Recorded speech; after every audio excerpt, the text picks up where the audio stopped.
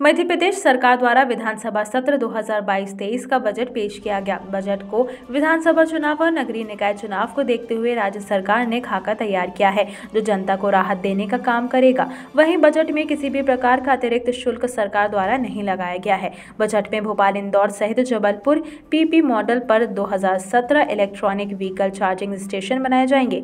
Quotation of Madhya Pradesh chamber of commerce ने बताया कि बजट में कोई भी नया कर नहीं लगाया गया है, जो कि स्वागत योग्य कदम है। उद्योग जगत और व्यापार के लिए कुछ खास नहीं लगा। उद्योग जगत को बजट में काफी आशाएं थी। मध्य प्रदेश कृषि उद्योग, मत्स्य उद्योग के लिए बजट में प्रावधान दिया गया है। कल के बाद बजट में 55 करोड़ की घाटे का अनुमान मौजूदा वित्तीय वर्ष में किया गया है। वित्त मंत्री ने इस घाटे की पूर्ति कैसे करेंगे, इसको लेकर कोई जानकारी नहीं दी है। पेट्रोल, डीजल और शराबी सरकार की आज की मुख्य है, जो सरकार के राजस्व को बढ़ाते हैं। दुर्भाग्य से राज्य सरकार शराब के दाम कम करके राजस्व बढ़ाने की तैयारी कर रही है। प्रदेश सरकार के इस बजट में महाकौशल को कुछ भी नहीं मिला है। चैम्बर ऑफ कॉमर्स और हम लोगों ने इस बजट को निराशाजनक बजट बताया है। सरकार ने आज बजट किया, क्या देखते हैं बजट को? देखिए, कोरोना महामारी के बाद ये एक बजट मध्य प्रदेश सरकार का आया। बहुत सारी अपेक्षाएं हर वर्ग को हैं और होनी भी चाहिए। जिस तरह का संकट उद्योग, व्यापार और हमारे छोटे छोटे स्टार्टअप्स को पिछले 2 साल में झेलना पड़ा, आधे स्टार्टअप बंद हो चुके हैं मध्य प्रदेश के, आधे छोटे छोटे उद्योग बंद हो चुके हैं, बड़े उद्योगपति बहुत सारी चीज़ों के संकट में गुजर रहे हैं। ऐसी परिस्थितियों में सबको अपेक्षा थी कि इस बजट में कुछ ना कुछ बड़ा पैकेज सरकार नई सोच के साथ आउट ऑफ द बॉक्स जाके कुछ नया काम करेगी। मगर जैसा कि बजट पिछले वर्षों से देखते आ रहे हैं, सरकार के बने बनाए ढांचे के बना हुआ है, उस ढांचे के अंदर ही सब चीज़ें भर के बजट पेश किए जाते हैं। सरकार ने छोटी छोटी चीज़ें ऊँट में जैसे जीरा होता है वैसा डालने की कोशिश करी है। कोई बड़ा ऐसा काम नहीं हुआ जिससे कि हम लोग ये कहें कि आज बहुत सारे जो लोग मध्य प्रदेश से पलायन करके बाहर चले जा रहे हैं, युवा जन काम की तलाश में, वो पूरा होता। यूक्रेन की समस्या के बाद ये माना गया कि आज पूरे देश के अंदर और मध्य प्रदेश के अंदर जो बजट आएंगे वो चिकित्सा क्षेत्र के लिए बहुत बड़ा कोई एजुकेशन सिस्टम को नया परिवर्तन करेंगे। लाखों बच्चे जो बाहर जा रहे हैं, अपनी जान को जोखिम डाल रहे हैं और वो वहाँ की अर्थव्यवस्था को मजबूत कर रहे हैं। उससे बेटर होता कि अगर मध्य प्रदेश के अंदर हम रियायती दर पर हॉस्पिटल्स खोलने की बड़ी बात करते, रियायती दर पर ज़मीनें उनको देते और अच्छे quality world class education system को आने का बजट में कोई प्रावधान होता, तो शायद ये लाखों बच्चे जो दूसरे प्रदेश जा रहे हैं, दूसरे देश जा रहे हैं, उनको हम रोक पाते। आज मध्य प्रदेश के अंदर सबसे ज़्यादा ज़रूरत है छोटे छोटे लोगों को व्यापार को जिंदा रखने की। सरकार के पास सीमित संसाधन है, सरकार ने जो कुछ अच्छा कर सकी वो करने की कोशिश करी है। भैया, ओवरऑल बजट कैसा रहा है? बजट में कोई नया कर लगाया नहीं गया है, एक ये स्वागत योग्य कदम है। उद्योग व्यापार के लिए बहुत ज़्यादा इसमें घोषणाएं नहीं हैं, जिससे इंडस्ट्री सेक्टर जो बहुत आशा लेके चल रहा था बजट से, वो पूरी होती दिखाई नहीं दे रही है। वो व्यापार के लिए भी कोई खास इस बजट में नहीं है।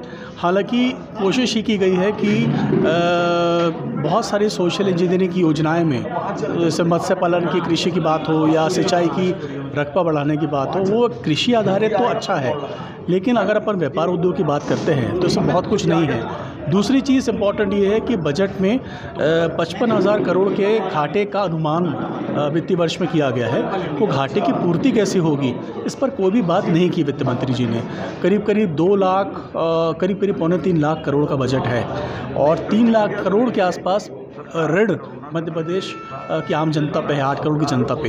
इतना बड़ा ऋण लेकर हम 55,000 करोड़ के घाटे की जो बात कर रहे हैं, उस घाटे की रिकवरी कैसे होगी, उसके लिए हमारे पास क्या ऑल्टरनेट सोर्सेज हैं, हम फंडिंग कैसे करेंगे, इस पे वित्त मंत्री जी ने कुछ भी नहीं किया है। तो एक साधारण तौर पर देखा जाए तो महंगाई कम करने के लिए भी बजट नहीं है। महंगाई की दर जिस तरह से बढ़ती जा रही है, तो महंगाई में भी कोई खास फ़र्क, इजाफा ही होगा, इसमें कोई कमी नहीं होगी महंगाई की दर में। सरकार के 2 चेहरे दिखाई दे रहे हैं, एक तरफ शराब सस्ती हो रही है, दूसरी तरफ महंगाई बढ़ रही है। जी, इससे देखिए क्या है कि जीएसटी के बाद में प्रदेश शासन पूरे भारत में किसी के पास भी हो, पेट्रोल, डीजल और लिकर के अलावा दूसरा कोई टैक्स का डायरेक्ट रेवेन्यू नहीं है, सोर्स नहीं है। तो हर भारत की हर वो सरकार जहाँ पे लिकर पॉलिसी है, वो कोशिश कर रहे हैं कि लिकर से ही हम अपनी आजीविका चला सकें।